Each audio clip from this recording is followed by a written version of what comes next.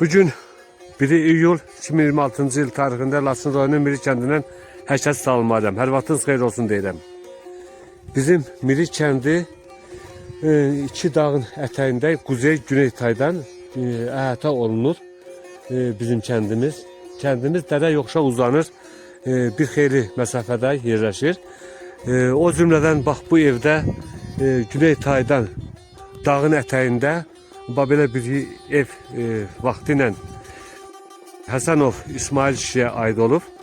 Allah rəhmət eləsin. Həsənov İsmail Xudaverdoğlu. İsmail kişiyə aiddir. İsmail kişinin Həsənov İsmail rəhmətə gedib, həyat yoldaşı rəhmətə gedib. Qalan ailə üzvləri sağdır, Allah onlara da can sağlığı versin. Bu ev vaxtilə min bir əziyyətlə tikilmiş ev. Şükür ki bu evdə o qədər də belə dağıntı yoxdur. Yəni ev salamat vəziyyətdədir, görüşür. Elə evlər var ki tamamilə dağılıb, ancaq bu evin belə o qədər dağıntısı yox. Düzdür, evdə yanğın olubdur, yandırılıb.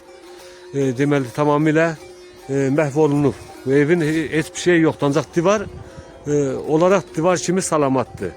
Mənlə divardan az da olsa sizə belə biraz məlumat verin.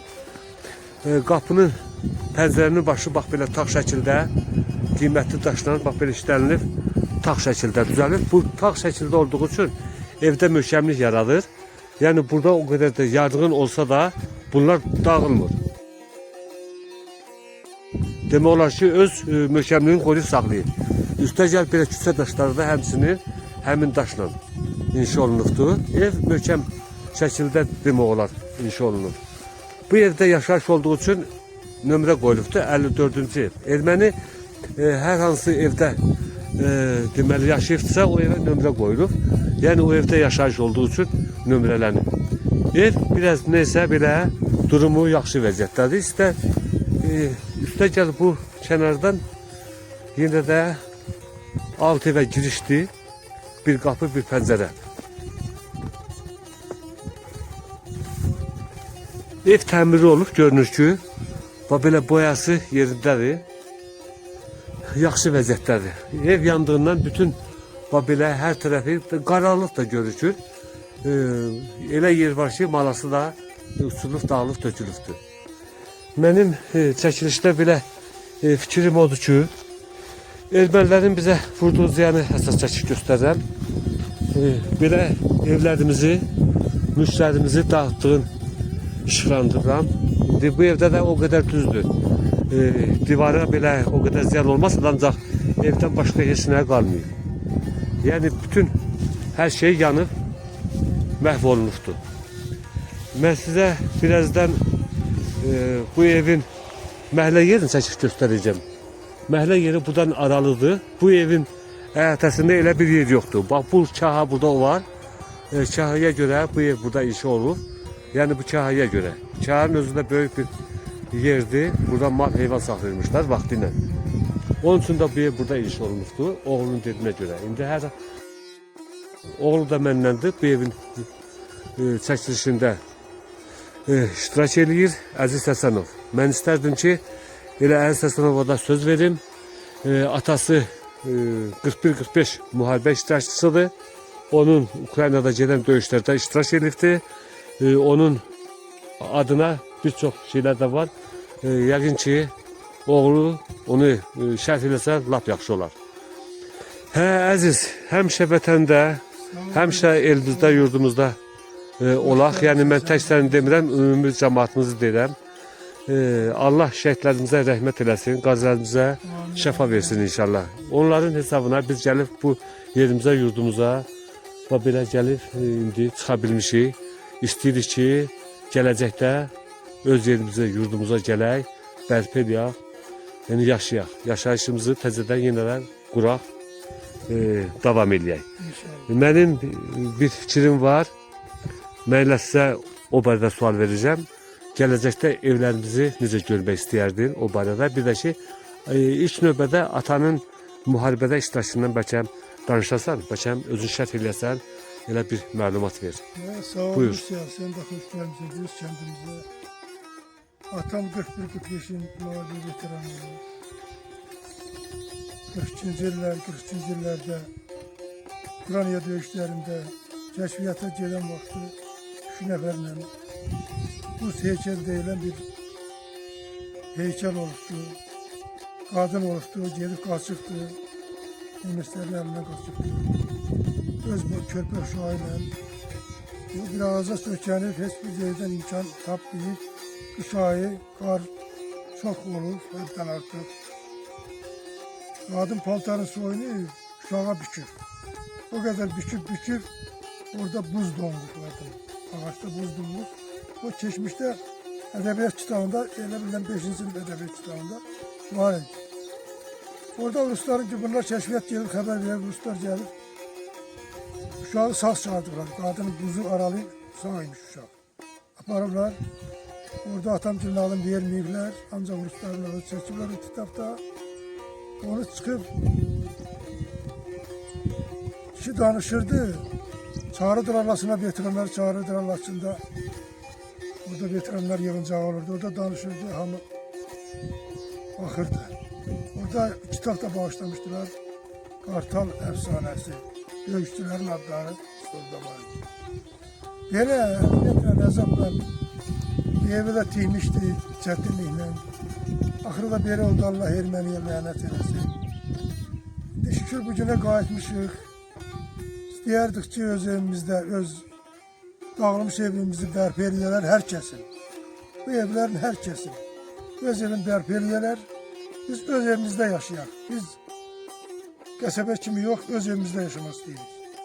Hər kəs öz torpağında, öz tikilisində, yerində tikilsə daha yaxşı olar, daha gözəl olardı. Biz bunu arzu edirik. Biz vətənə, öz yerimizə, öz yurdumuza qayıdıb burada yaşamaq istəyirik. İnşallah Allah'ın köməkçiliyi ilə, dövlətin köməkçiliyi ilə. Belə, arzumuz buradır, burada yaşamaq. Mən də elə əziz elə o fikirdəyəm. Mənim də elə ciddi əvvəldən də fikrim odur ki, cəmaatımızın evləri olduğu kimi bərpa olsun. Bizə heç o qədər də artıq yer lazım deyil. Öz yerimiz bizə bəs eləyir. Yəni burada bax, bu evin ətrafında elə bir yer yoxdur. Qısa bir yerdədir. Təxminən 4 sotun içində olan bir ev qısınaraq bu dağın dibinə. Yəni bu çox da gözəl forması var. Tikilisi də gözəl. Bu elə bir işi də yoxdur. Yəni burada qapı pəncərəsini qoy, üstünü düzəlt. Bu ev sapasağdır. Düzdür, od verilib yandırılsa da ancaq belə təmir işi yüngül təmir olacaq. Bax bu ev salamatdır. Mən ikinci evi burada necədən tikib, nəyimə lazım. Yəni bu bizi qane eləyir. Hə, mən də o fikirdəyəm. İndi bu evin burada məhəllədə elə bir ağac yoxdur, ancaq mən aşağıda bu məhəlləyə aid olan başqa bir yer var.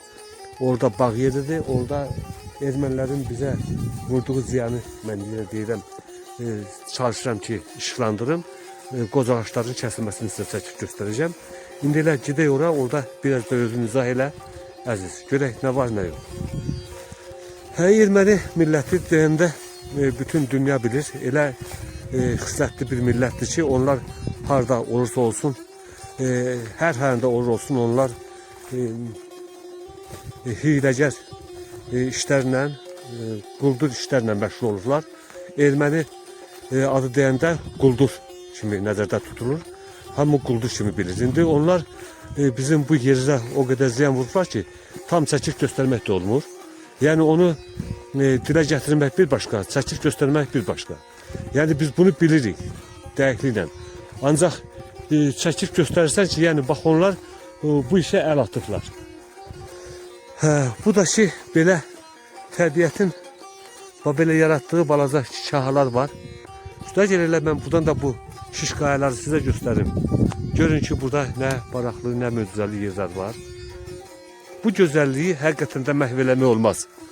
Bu gözəlliyi uçuruq dağıtmaq olmaz. Bura bir tarixi əsərdir bu. Bunu necə kimsə bilsin ki, dağıtsın belə yeri, yeni evlər tikilsin. Bu yol verilməzdir. Hə, hardadır sizin o yer? Oradır. Hə, indi aşağı gedək, biraz da oradan çəkiliş edək.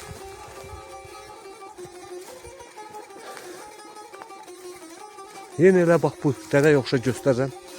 Burada da belə maraqlı yerlər çoxdur.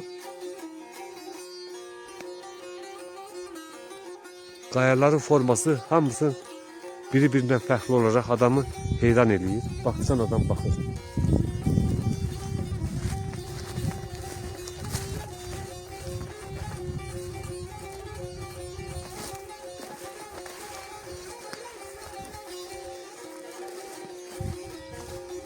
Rəhmətli İsmail kişiyə aid olan öz əlləri ilə əkdiyi burada qoz ağacları ki var. Çox qədim dövrə aiddir. Onları Quldur erməni dəstəsi burada yaşayan vaxtı bu 30 ilin içində bir çox dağıntılar ki eləyiblər. Üstəgəl ağaçlarımızı məhv edirlər. Bax, siz baxın ki bu boyda nəhəng bir qoz ağacın bu indi otun içindədir deyil, çox da görsənmir.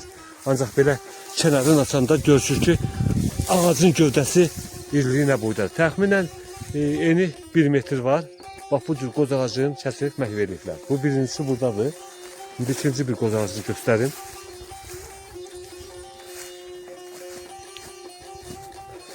Yine bak bu da 3 qoldur. 3 qoldur. İndi belə buradan yuxarıdan bir qol buradan kəsilir. Bir qol da bax buradan kəsilir. Bu da ki görünür ki nə boyda yenə qoz ağacı olur. Bura buradan kəsilir, məhv olur. Gedək yenə o tərəfdən o bir ağaçlara baxaq.